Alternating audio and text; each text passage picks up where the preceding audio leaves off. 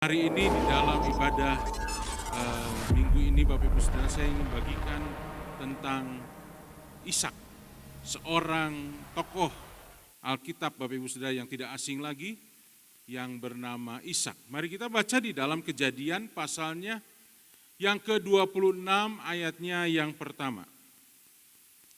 Kejadian pasal 26 ayat yang pertama, Alkitab berkata, maka timbullah kelaparan di negeri itu. Ini bukan kelaparan yang pertama yang telah terjadi dalam zaman Abraham. Sebab itu Ishak pergi ke Gerar kepada Abimelekh, raja orang Filistin. Bapak Ibu Saudara, Ishak adalah seorang pilihan Tuhan. Bahkan dia menjadi bapak bagi bangsa Israel, bangsa pilihan Tuhan. Allah Yehova itu seringkali disebut Allah Abraham, Allah Ishak, dan Allah Yakub, Bapak Ibu Saudara. Jadi Ishak adalah salah satu orang pilihan Tuhan. Dan ternyata Bapak Ibu Saudara, apa yang terjadi ketika di dalam masa kelaparan yang dialami oleh Ishak, Ishak juga mengalami sesuatu dampak dari kelaparan itu. Bapak Ibu Saudara, sebagai anak-anak Tuhan, mari kita belajar bahwa kita adalah anak-anak Tuhan yang masih tinggal di bumi. Ya, Bapak Ibu Saudara masih melangkah di bumi, napak kakinya ke bumi, Bapak Ibu Saudara, atau sudah melayang 5 senti. Rasanya kita masih menapak di bumi. Artinya apa? Yang ada di sekeliling kita itu juga bisa berdampak kepada kita. Jangan berpikir Bapak Ibu Saudara bahwa ketika kita percaya Tuhan Yesus anak Tuhan, kita jadi langsung seperti malaikat, tidak mengalami apa-apa. Bapak Ibu Saudara, ya semua hidupnya baik-baik saja. Itu yang memang kita inginkan Bapak Ibu Saudara. Tapi kenyataan fakta yang harus kita hadapi adalah kita juga mengalami semuanya. Itu sebabnya Alkitab berkata, doakanlah kotamu. Karena kesejahteraan kotamu adalah kesejahteraanmu juga. Bapak Ibu Saudara, kita juga mengalami dampak. Baru saja kita lewat pandemi, dampaknya kita alami juga Bapak Ibu Saudara ya. Salah satunya yang sekarang masih ada adalah dampaknya apa? Bapak Ibu Saudara masih pakai masker. Begitu pujian, begitu penyembahan, menghirup udara sendiri. Silahkan tergantung baunya masing-masing Bapak Ibu Saudara. Ya. Nah, Ishak mengalami hal itu. Ke depan Bapak Ibu Saudara, kita juga pernah mendengar bagaimana Presiden kita Pak Jokowi juga berkata bahwa ini tahun yang gelap, tahun yang berat. Jadi di masa-masa yang akan datang kita akan menghadapi masa-masa sulit, masa-masa kering, atau dalam Alkitab dikatakan masa-masa kelaparan. Nah, hari ini kita belajar dari Ishak Bapak Ibu Saudara, bagaimana Ishak bisa melewati masa kelaparan itu, bagaimana kita juga sebagai orang-orang yang percaya kepada Tuhan bisa melewati masa-masa yang gelap, masa-masa yang sukar di masa-masa yang akan datang. Mari kita lihat yang pertama Bapak Ibu Saudara, sadarilah Alkitab mengajar kita bahwa masa kering, masa kelaparan, masa kesulitan bukan masa untuk ditakuti. Aduh takut, ini tahun gelap, presiden juga udah ngomong begitu. Anak-anak Tuhan tidak perlu takut. Amin Bapak Ibu Saudara, kenapa? Karena ada Tuhan yang menyertai kita. Orang di luar mungkin bisa takut, orang di luar mulai merencanakan segala sesuatu Bapak Ibu Saudara. Tapi kita belajar di masa kering justru adalah masa untuk belajar berjalan di dalam tuntunan ilahi. Bapak Ibu Saudara, dalam Kejadian pasal 26 ayat yang kedua, mari kita lihat, lalu Tuhan menampakkan diri kepadanya. Kepada siapa di sini? Kepada Ishak, Bapak Ibu Saudara. Serta berfirman, jangan pergi ke Mesir. Lihat Bapak Ibu Saudara yang saya beri warna merah. Jangan pergi ke Mesir. Berarti bagi Ishak, jangan pergi ke Mesir, diamlah di negeri yang akan kukatakan kepadamu. Nah, coba lihat Bapak Ibu Saudara dalam Kejadian pasal 12 ayatnya yang ke-10. Ini kelaparan yang pertama zaman Abraham bapaknya. Ketika kelaparan timbul di negeri itu, pergilah Abram ke Mesir untuk tinggal di situ sebagai orang asing. Sebab hebat kelaparan di negeri itu. Lihat Bapak Ibu Saudara ya, zaman Abraham bapaknya pernah juga terjadi kelaparan. Dan bapaknya, Bapak Ibu Saudara, Abraham pergi ke Mesir. Dan Tuhan pelihara mereka ke Mesir. Waktu itu Ishak masih kecil, Bapak Ibu Saudara. Dia melihat bahwa sulit ini terjadi, masa kesulitan, mereka pergi ke Mesir. Dan mereka dipelihara Tuhan selama di Mesir. Nah, ketika Ishak dewasa, terjadi juga kelaparan yang sama. Logika yang sederhana, Bapak Ibu Saudara, pasti Ishak akan berpikir, saya harus pergi ke Mesir. Kenapa? Karena dulu waktu saya masih kecil pun dibawa sama papa saya pergi ke Mesir dan kita selamat. Jadi sekarang mari kita pergi ke Mesir. Ketika Ishak punya pikiran seperti itu, Tuhan berkata, jangan pergi ke Mesir. Artinya apa Bapak Ibu Saudara? Tuntunan Tuhan itu harus kita alami. Bukan tuntunan yang kemarin Bapak Ibu Saudara. Bukan tuntunan yang dulu. Saya sebut begini Bapak Ibu Saudara. Pengalaman adalah guru yang baik. Betul, pengalaman adalah guru yang baik. Kita punya pengalaman itu baik Bapak Ibu Saudara. Bahkan saya boleh katakan orang yang berpengalaman itu lebih baik daripada orang yang tidak berpengalaman. Tetapi Tuhan adalah guru yang terbaik. Kenapa? Pengalaman itu masa lalu Bapak Ibu Saudara. Dan yang masa lalu belum tentu bisa diterapkan hari ini. Belum tentu bisa kita terapkan juga di masa yang akan datang. Masa lalu memberikan kita pengalaman. Tetapi Tuhan itu adalah Tuhan untuk masa sekarang dan Tuhan untuk masa yang akan datang. Tuhanlah yang memberikan yang terbaik untuk hidup kita di masa sekarang dan di masa yang akan datang. Bapak Ibu Saudara, kita punya pengalaman itu baik. Tapi jangan pernah mengandalkan pengalaman masa lalu sebagai sesuatu yang kita pegang terus-menerus. Kenapa? Yang kita pegang itu adalah Tuhan. Tuhan punya tuntunan, Tuhan punya kehendak dalam hidup kita. Kita menerima tuntunan dari gembala pembina, Bapak Ibu Saudara ya, Pak Niko, dari gembala sidang, bahkan juga dari gembala di tempat ini, Bapak Ibu Saudara menerima tuntunan. Dan Bapak Ibu Saudara juga harus belajar menerima tuntunan dari Tuhan secara pribadi. Karena hubungan kita dengan Tuhan, hubungan kita secara pribadi. Waktu orang Israel keluar dari Mesir, mereka dibebaskan oleh Tuhan melalui Musa. Keluar dari perbudakan di Mesir dan berjalan di padang gurun menuju tanah perjanjian. Bapak Ibu Saudara, di tengah perjalanan mereka mengalami mujizat. Apa mujizatnya? Mereka dapatkan roti mana, roti yang turun dari langit. Kalau Bapak Ibu Saudara dan saya, kita melihat roti yang keluar dari oven. Betul nggak Bapak Ibu? Tapi Israel pernah lihat roti yang keluar dari langit, dari sorga.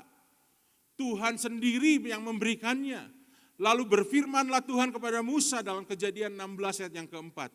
Sesungguhnya aku akan menurunkan dari langit hujan roti bagimu. Maka bangsa itu akan keluar dan memungut tiap-tiap hari. Lihat Bapak Ibu Saudara, rotinya harus diambil tiap-tiap hari sebanyak yang perlu untuk sehari. Sesuai dengan kapasitasnya masing-masing. Kapasitas kita berbeda Bapak Ibu Saudara ya. Supaya mereka kucoba apakah mereka hidup menurut hukumku atau tidak. Nah, roti mana ini Bapak Ibu Saudara, memang rada sulit kalau dimengerti sama orang Indonesia. Rotinya apa Pak? Roti mana? Iya mana rotinya Pak? Ya roti mana? Iya mana rotinya? Bedanya cuma di huruf N-nya Bapak Ibu Saudara ya. Kalau roti mana orang Israel itu N-nya 2. Kalau kita mana rotinya N-nya 1 Bapak Ibu Saudara. Nah, roti mana itu adalah roti harian. Mereka harus ambil setiap hari. Secukupnya bagi mereka. Nah, ada orang-orang Bapak Ibu Saudara yang nggak mau sulit, besoknya nggak mau ngambil lagi, jadi mereka ambil 2 bagian supaya dia simpan buat besoknya. Ketika besoknya dilihat ternyata roti itu sudah berulat, sudah bau, sudah busuk, tidak bisa dimakan. Kecuali nanti hari Jumat, besoknya Sabat, hari Sabtu itu Sabat buat orang Israel. Nah, hari Jumat mereka boleh ambil 2 bagian.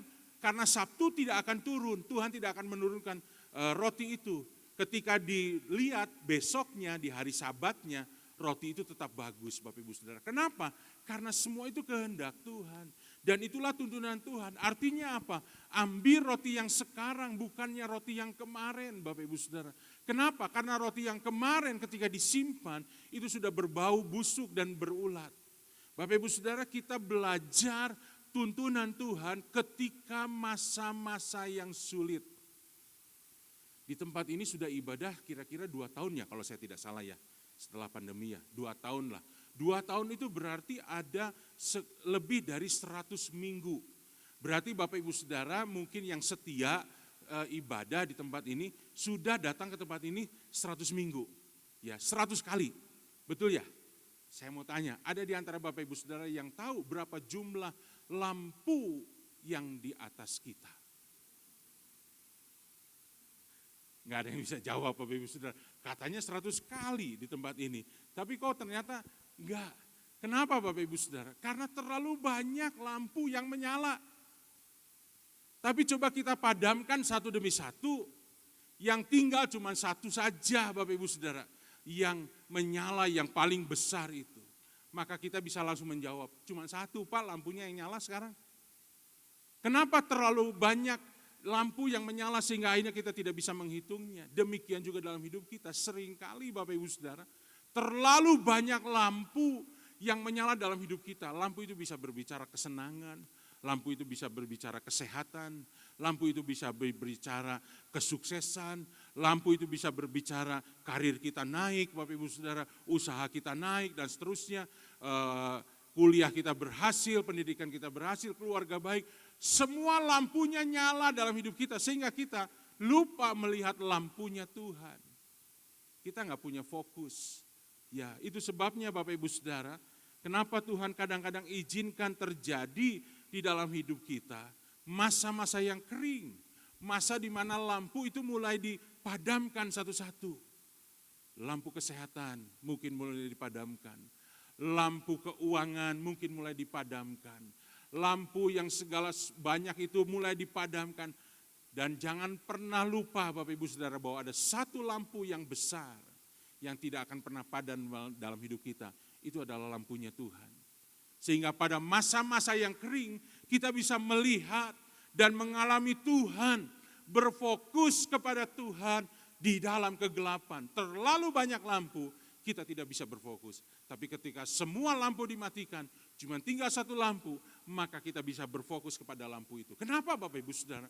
Karena sadar atau tidak sadar Bapak Ibu Saudara, kita ini harus berlomba dengan tekun. Ibrani 12 berkata, di dalam perlombaan yang diwajibkan bagi kita. Bapak Ibu Saudara, hidup itu bukan sekedar hidup, di mana kita hanya hari demi hari, hari ini kerja, makan, besok kerja, makan, hari Minggu ke gereja. Bukan itu saja Bapak Ibu Saudara, tapi ada sebuah perlombaan iman yang diwajibkan bagi kita. Marilah kita melakukannya dengan mata yang tertuju kepada Yesus. Bagaimana kita bisa menyelesaikan pertandingan iman kita ketika mata kita terfokus, tertuju kepada Tuhan Yesus yang memimpin kita dalam iman. Nah seringkali Bapak Ibu Saudara kita lupa fokus kita. Sehingga akhirnya Tuhan terpaksa mematikan lampu demi lampu supaya akhirnya kita terfokus di dalam hidup kita. Bapak Ibu Saudara ketika kita terfokus kepada Tuhan maka kita bisa menyelesaikan iman kita. Di dalam ibadah penghiburan, kalau ada orang yang meninggal seringkali ditulis, aku telah menyelesaikan pertandingan iman dengan baik. Bapak Ibu Saudara, ayat itu sebetulnya ditulis oleh Rasul Paulus ketika Rasul Paulus masih hidup. Setuju nggak Bapak Ibu Saudara? Kalau Rasul Paulus sudah mati, gimana Rasul Paulus bisa menuliskan ayat itu? Rasul Paulus menuliskan ayat itu, aku telah menyelesaikan pertandingan iman ketika dia masih hidup. Bapak Ibu Saudara, saya mau beritahu, orang yang sudah meninggal belum tentu dia sudah menyelesaikan pertandingan imannya. Karena yang namanya meninggal itu bukan berarti dia sudah menyelesaikan pertandingan imannya. Rasul Paulus bisa menyelesaikannya ketika dia masih hidup. Saya berdoa kita semua yang ada di sini bisa menyelesaikan pertandingan iman kita selama kita masih hidup. Dengan cara apa? Kita berfokus kepada Tuhan. Bukan berfokus kepada yang lain Bapak Ibu Saudara. Sehingga apapun yang terjadi dalam hidup kita, kita tetap bisa mengucap syukur. Kenapa? Karena lampu Tuhan tidak pernah mati. Kita masih bisa melihat kebaikan dan anugerah Tuhan di dalam hidup kita. Yang kedua, masa kering atau masa untuk berjalan dalam tuntunan ilahi adalah masa pertumbuhan rohani. Bapak Ibu Saudara, kita bertumbuh di dalam iman semakin kuat, pengharapan kita semakin kuat, kasih kita semakin melimpah. Kapan? Ketika masa sulit. Betul enggak Bapak Ibu Saudara? Ketika masa sulit kita mulai berjuang, bergumul dengan iman kita semakin kuat. Pengharapan kita semakin kuat, kasih kita semakin melimpah. Beda kalau malah lagi masa-masa yang senang, jangankan bergumul Bapak Ibu Saudara, mungkin berdoa saja sudah kita tidak lakukan lagi. Tapi waktu sulit adalah waktu di mana kita bertumbuh. Banyak anak-anak Tuhan di negara-negara yang sulit justru lebih dewasa, justru lebih kuat. Bapak Ibu Saudara lihat di negara-negara Eropa dan Amerika. Ya, jangan berpikir bahwa mereka Kristen Bapak Ibu Saudara. Sekarang mereka sudah banyak yang ateis. Kenapa? Gampang kekristenannya di sana. Enggak ada gereja yang dibakar, enggak ada orang-orang Kristen yang dianiaya, enggak ada karena hukum mereka kuat. Sehingga mereka dengan santainya jadi orang Kristen dan iman mereka tidak bertumbuh. Sekarang mereka berubah jadi ateis Bapak Ibu Saudara. Orang yang enggak percaya sama Tuhan jadi agnostik. Orang yang percaya bahwa Tuhan itu sudah tidak peduli dengan manusia. Mereka seperti itu Bapak Ibu Saudara. Tapi orang-orang yang ada di negara-negara yang sulit Bapak Ibu Saudara, iman mereka bertumbuh dengan kuat. Dan Tuhan juga izinkan kita di negara yang mungkin tidak terlalu sulit, tapi kita juga menghadapi banyak kesulitan Bapak Ibu Saudara. Kita berdoa supaya iman kita semakin kuat setiap hari. Amin. Nah, kapan Petrus berjalan di atas air Bapak Ibu Saudara? Bukan waktu dia ada di kolam renang yang hangat. Tuhan Yesus berkata, lihat nih saya bisa ngambang. Petrus juga berkata, saya juga gak kalah Tuhan, saya bisa ngambang. Kan gak seperti itu Bapak Ibu Saudara ya. Petrus berjalan di atas air kapan? Waktu ada di sebuah danau yang besar dan danau itu ada badai, ada gelombang, ada ketakutan di sana. Petrus bisa berjalan di atas air. Kapan Filipus dan Andreas bisa melihat 5 roti saja, roti biasa Bapak Ibu Saudara, bekal anak kecil. Bisa memberi makan 5.000 orang. Kapan? Waktu cuman ada 5 roti, waktu ada kesulitan. 5 roti bisa memberi makan 5.000 orang. Sisanya berapa keranjang Bapak Ibu? 12 keranjang. Kenapa bisa ada sisa 12 keranjang? Karena yang makannya orang Israel. Kalau yang makannya orang Indonesia nggak ada sisa, semua dibawa pulang, dikresekin, siap dengan kresek masing-masing. Guyon saja Bapak Ibu Saudara, itu artinya berkat yang berkelimpahan. Yang ketiga, masa kering, ketika kita berjalan dalam tuntunan ilahi adalah masa kita mengucap syukur dan mengingat kebaikan Tuhan. Jangan pernah lupakan kebaikan Tuhan Bapak Ibu Saudara. Kalau kita mengalami masalah, kita belajar memperkatakan firman, kalau dulu Tuhan bisa mengubah air jadi anggur. Tuhan juga bisa mengubah keluarga saya, pernikahan saya bisa baik kembali. Kalau dulu Tuhan bisa memberi makan 5.000 orang dari 5 roti saja, sekarang pun Tuhan sanggup memelihara hidup saya. Jangan pernah lupakan kebaikan Tuhan, Bapak Ibu Saudara. Kalau Tuhan dulu pernah menolong kita, sekarang Tuhan juga masih sanggup. Amin. Tuhan kita adalah Tuhan yang sama dulu, sekarang, sampai selama-lamanya. Sehingga kita bisa berkata, aku menyerahkan hidupku kepada Tuhan dan aku percaya kepadanya dan Tuhan akan bertindak buat kita. Sekarang kita lihat yang kedua Bapak Ibu Saudara. Masa kering adalah masa untuk saling menjaga. Nah ini Bapak Ibu Saudara ya, lihat ya. Kejadian pasal 26 ayat 6 sampai 9 Alkitab berkata, jadi tinggallah Ishak di Gerar. Ketika orang-orang di tempat itu bertanya tentang istrinya Ribkah, Bapak Ibu Saudara, berkatalah ia, dia saudaraku, dia nggak mau ngakui itu istrinya. Kenapa? Sebab ia takut mengatakan ia istriku, karena pikirnya jangan-jangan aku dibunuh oleh penduduk tempat ini karena Ribkah sebab elok parasnya. Bapak Ibu Saudara, pada waktu itu hukum belum kuat. Jadi orang bisa lakukan apapun, yang penting dia punya kekuatan. Hukumnya masih hukum rimba, yang kuat dia yang menang Bapak Ibu Saudara. Nah waktu itu kalau ada perempuan yang cantik itu dalam keadaan yang cukup bahaya, riskan. Kenapa? Karena banyak orang pasti pengen. Nah ini yang dialami oleh Ishak. Ishak sedikit berbohong Bapak Ibu Saudara. Ya, kenapa saya katakan sedikit? Karena memang Ribka itu adalah saudaranya.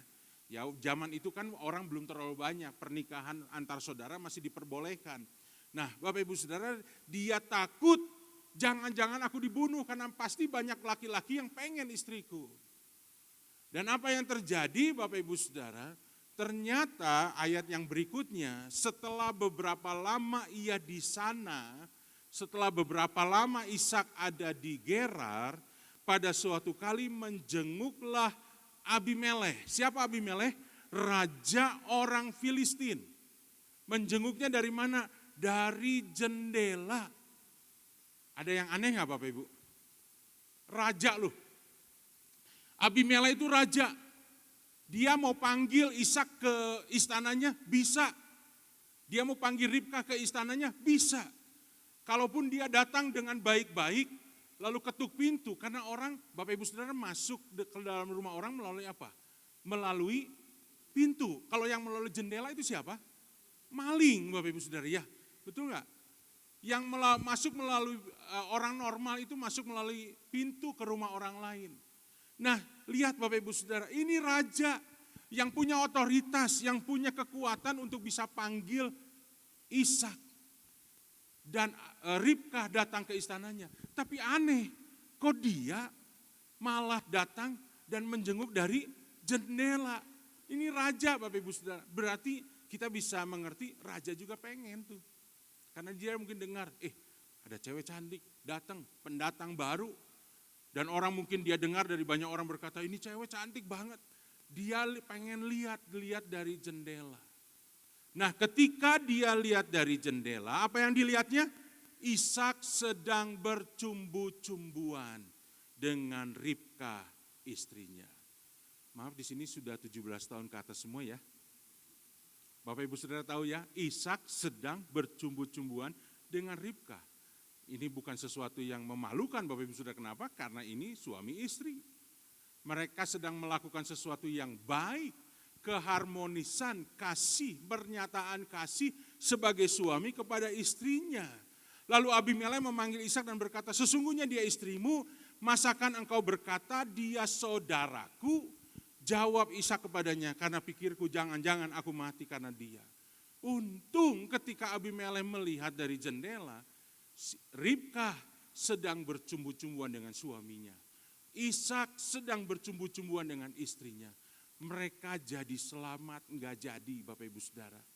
Coba bayangkan kalau Abimelekh melihat, lalu ketika dia lihat Ishak dan Ribka lagi bertengkar hebat. Ishak lagi ngomong-ngomong kasar sama si Ribkanya.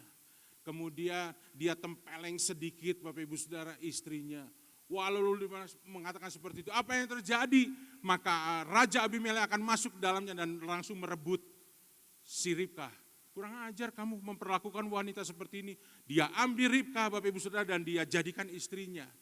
Apa yang terjadi? Maka Ishak tidak akan pernah bisa jadi bapak Israel. Karena kandungan dari Ribka itu dicemari oleh orang kafir Bapak Ibu Saudara. Tuhan bertindak di sini. Ketika Ishak melakukan sesuatu yang baik kepada istrinya, apa yang terjadi? Tuhan bertindak, Abimelekh justru menyelamatkan. Akhirnya mereka, Ishak dan Ribka diselamatkan. Bapak Ibu Saudara, kalau saya boleh analogikan kisah ini, Abimelekh itu adalah iblis, si jahat. Ketika si jahat melihat kehidupan keluarga kita, rumah tangga kita, pernikahan kita, apa yang dia lihat Bapak Ibu Saudara? Apakah dia lihat seorang suami yang bertanggung jawab dan mengasihi istrinya? Apakah dia melihat istri yang taat kepada suaminya dan melakukan fungsinya sebagai seorang istri? Apakah dia melihat anak-anak yang di sana adalah anak-anak yang menghormati orang tuanya? Apakah iblis akan melihat dalam keluarga kita orang tua yang mengasihi dan memelihara anak-anaknya? Atau sebaliknya Bapak Ibu Saudara? Ini yang jadi pertanyaan buat kita. Bagaimana kita sebagai orang percaya ketika iblis menjenguk melalui jendela melihat keluarga kita, apa yang dia lihat? Kalau yang dia lihat adalah kekerasan yang terjadi, kata-kata kasar, ya Ketidaktanggungjawab sebagai seorang suami, sebagai seorang pria, sebagai seorang ayah. Anak-anak muda yang kurang ajar kepada orang tuanya. Maka iblis akan tepuk tangan dan berkata, ayo terus, ayo terus, ayo terus. Ngomong kasarnya, saya tambahin perbendaharaan katanya. Bukan cuma A saja, K juga dan seterusnya. Semua binatang bisa disebutkan. Ayo mulai tampar, ayo mulai. Dan iblis terus Bapak Ibu Saudara. Dan dia berkata, maka aku akan dapatkan generasi yang baru. Aku akan kuasai generasi yang baru. Dia akan sodorkan kepada anak-anak kita menu berikutnya. Yaitu apa? Narkoba, seks bebas, bunuh diri, stres, dan seterusnya. Bapak Ibu mau seperti itu? Hidup pernikahan kita seperti itu? Sehingga generasi-generasi yang kita hasilkan adalah generasi yang seperti itu. Tapi hari ini firman Tuhan berkata, seharusnya ketika iblis menjenguk di dalam keluarga kita, dia dapati kita sebagai seorang pria yang bertanggung jawab, yang mendoakan. Di dalam sebuah mesbah keluarga, kita saling mendoakan, kita saling mengampuni, kita saling menjaga keluarga kita. Iblis gak bisa sodorkan apa-apa. Kenapa? Karena ada kemuliaan Tuhan yang kita pelihara di dalam pernikahan kita, di dalam keluarga kita. Masa yang kering Bapak Ibu Saudara, seharusnya kita saling menjaga, bukan saling menjatuhkan, bukan saling jadi marah. Ketika masa pandemi saya dengar bahkan ada perceraian dari anak-anak Tuhan sendiri. Kenapa? Karena mereka ternyata enggak tahan dalam serumah itu. Apa yang terjadi Bapak Ibu Saudara? Yang terjadi adalah generasi-generasi berikutnya yang seharusnya jadi generasi Yeremia, menjadi generasi yang hancur, generasi yang rusak. Ada yang menarik di sini Bapak Ibu. Kejadian pasal 2 ayat 18, Alkitab berkata, Tuhan Allah berfirman tidak baik kalau manusia itu seorang diri saja.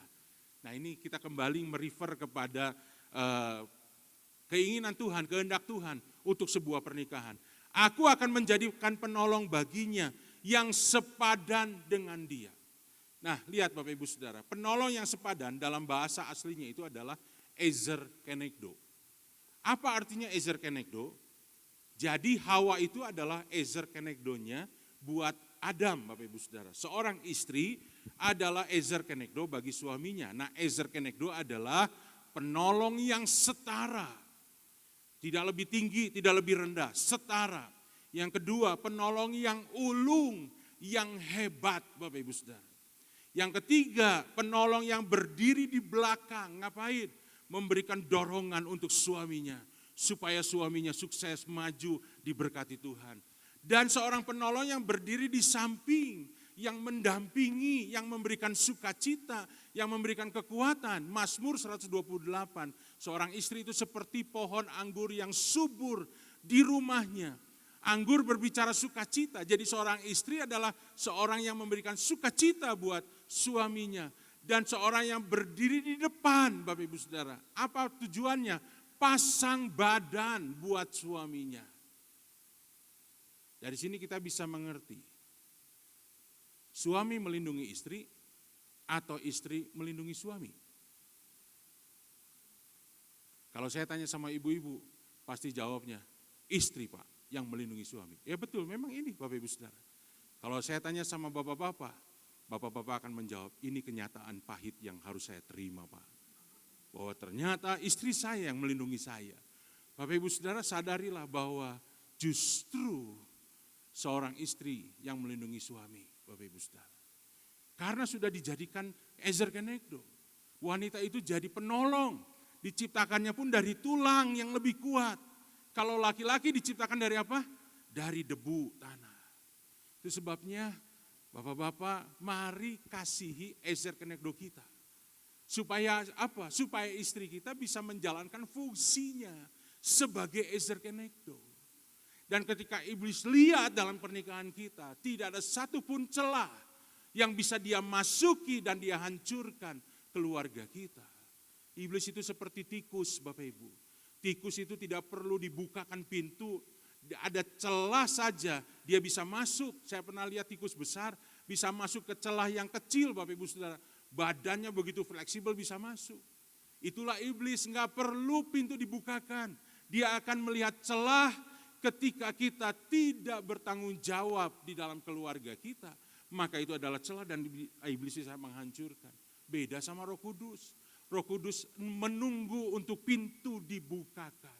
Dan dia akan masuk menolong kita. Itu sebabnya hari-hari tutup semua celah bagi si iblis, Bapak Ibu Saudara, dan buka pintu selebar-lebarnya bagi Roh Kudus.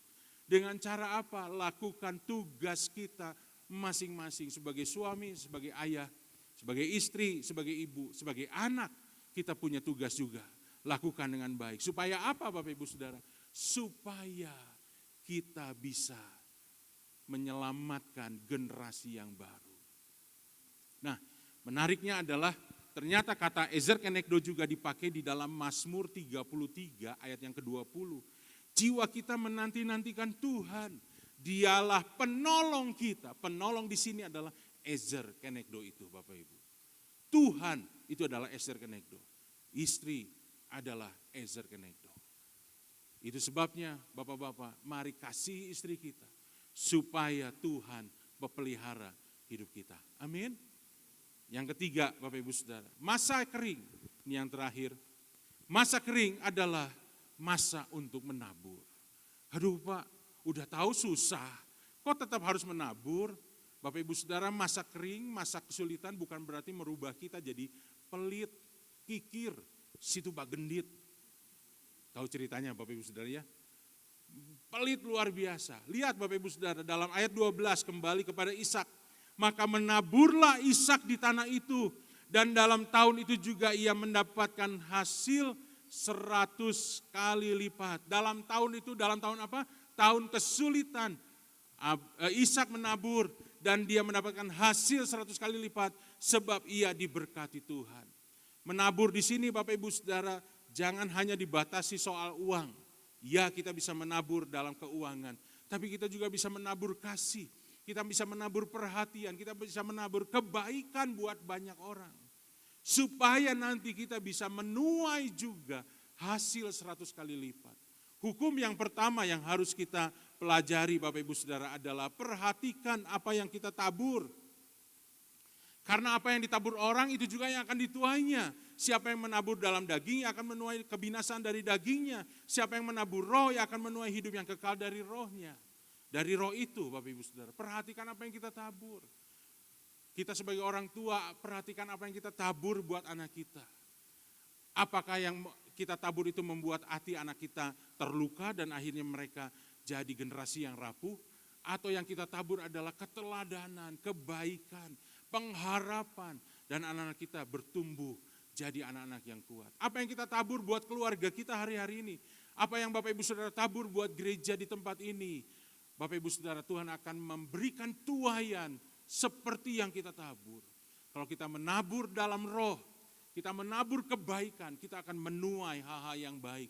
Menuai bahkan dalam hidup yang kekal dari roh itu. Yang kedua Bapak Ibu Saudara, jangan pernah menyerah. Pak, saya sudah memberi, saya sudah menabur, kok nggak ada hasilnya. Bapak Ibu Saudara jangan pernah menyerah. Seorang petani juga hari ini menabur belum tentu besok menuai. Dia harus tunggu waktunya.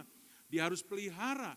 Nah, yang terjadi kepada Ishak adalah kemudian Ishak menggali kembali sumur-sumur yang digali dalam zaman Abraham ayahnya. Mereka mendapati di situ mata air yang berbual-bual airnya. Untuk bisa memenuhi semua taburannya bisa baik, harus ada air yang cukup. Maka Ishak menggali sumur Bapak Ibu Saudara dan airnya keluar. Tapi ternyata bertengkarlah para gembala Gerar dengan para gembala Ishak. Dan sumur yang berbuah-buah itu ditutup lagi. Itu terjadi di Esek Bapak Ibu Saudara. Yang kedua juga terjadi di Sitna. Tapi yang ketiga ada tempat yang namanya Rehobot. Di situ tidak bertengkar. Dan kemudian Ishak bisa menikmati semua tuaian itu di mana di Rehobot.